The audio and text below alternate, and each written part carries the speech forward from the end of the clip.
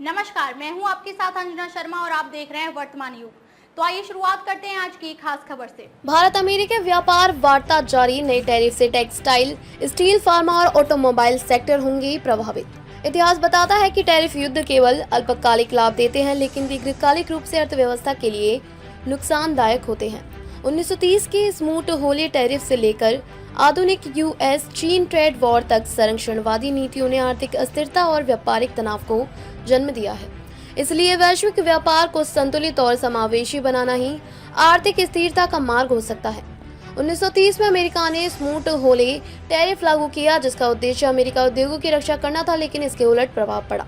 वैश्विक व्यापार में गिरावट आ गई। दुनिया भर के देशों ने जवाबी टैरिफ लगाए। पहले से ही आर्थिक मंदी से जूझ रही वैश्विक अर्थव्यवस्था और अधिक संकट में आ गई। अमेरिका और यूरोपीय देशों के बीच व्यापार प्रतिबंधित बढ़ी, जिससे आर्थिक सुधार की संभावनाएं कम हो गई। 1945 के बाद अमेरिका और यूरोप ने संरक्षणवाद को कम करने के लिए मुक्त व्यापार को बढ़ावा देने के लिए GATT general agreement on tariff and trade की स्थापना की। GATT और बाद में WTO 1995 ने टैरिफ में व्यापक कटौती को संभव बनाया। बीच बीच में टैरिफ वॉर को लेकर मंद मंद आवाजें उठती रही, लेकिन इस बार मुखरता वास्तविकता में बदल गई। अमेरिका, चीन, मैक्सिको समेत भारत पर 2 अप्रैल से नई टैरिफ लगाने की घोषणा कर चुका है, जिसने दुनिया भर में माहौल गर्म कर दिया है।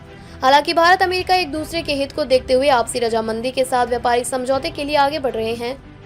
भारत के रुख से साफ है कि अभी अमेरिका से आने वाली कई अन्य वस्तुओं के शुल्क में कटौती की जा सकती है, जो भारत के व्यापारिक हित में भी है, क्योंकि अमेरिका भारत का सबसे बड़ा निर्यात बाजार है और वैश्विक व्यापार परिस्थितियों को देखते हुए भविष्य में अमेरिका में भारत को अपनी निर्यात बढ़ाने की बड़ी गुंजाइशें दिख रही हैं। Credit rating agency India ratings and research का अनुमान है कि प्रस्तावित टैरिफ के कारण अगले वित्त वर्ष में देश के अमेरिका को निर्यात में 7.3 बिलियन डॉलर तक की गिरावट आ सकती है। दोनों देशों में टैरिफ वार शुरू होने का असर भारत के निर्यात पर होगा। भारत विदेशी वस्तुओं पर बहुत अधिक शुल्क लगाता है, जो उदाहरण के लिए उन शुल्कों से कहीं अधिक है जो अमेरिका भारतीय आयातों पर लगाता है। ट्रंप द्वारा दी गई पारस्परिक शुल्क की धमकी के कारण भारतीय कंपनियों के लिए अमेरिकी निर्यात पर शुल्क का भार काफी बढ़ सकता है। कुछ विश्लेषकों का मानना है कि भले ही 2 अप्रैल से पहले कोई समझौता न हो, लेकिन भारत को वार्ता जारी रहने के कारण फिलहाल छूट मिल सकती है।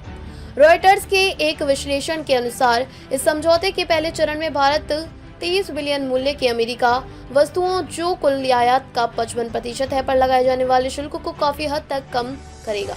भारत विशेष रूप से कृषि उत्पादों, ऑटोमोबाइल, कीमतों, धातुओं और वस्त्रों पर उच्च शुल्क लगाता है। वर्तमान में भारत का औसत भारित शुल्क दर 12% है, जब अमेरिका में यह केवल 2.2% है। यह दर भारत को दुनिया के सबसे उच्च शुल्क लगाने वाले देशों में शामिल करती है। खबरों में अब तक के लिए बस इतना ही। फिर होगी आपसे मुलाकात कुछ ऐसी ही खास खबरों के साथ। तब तक के लिए नमस्कार और देखते रहिए वर्तमान युग।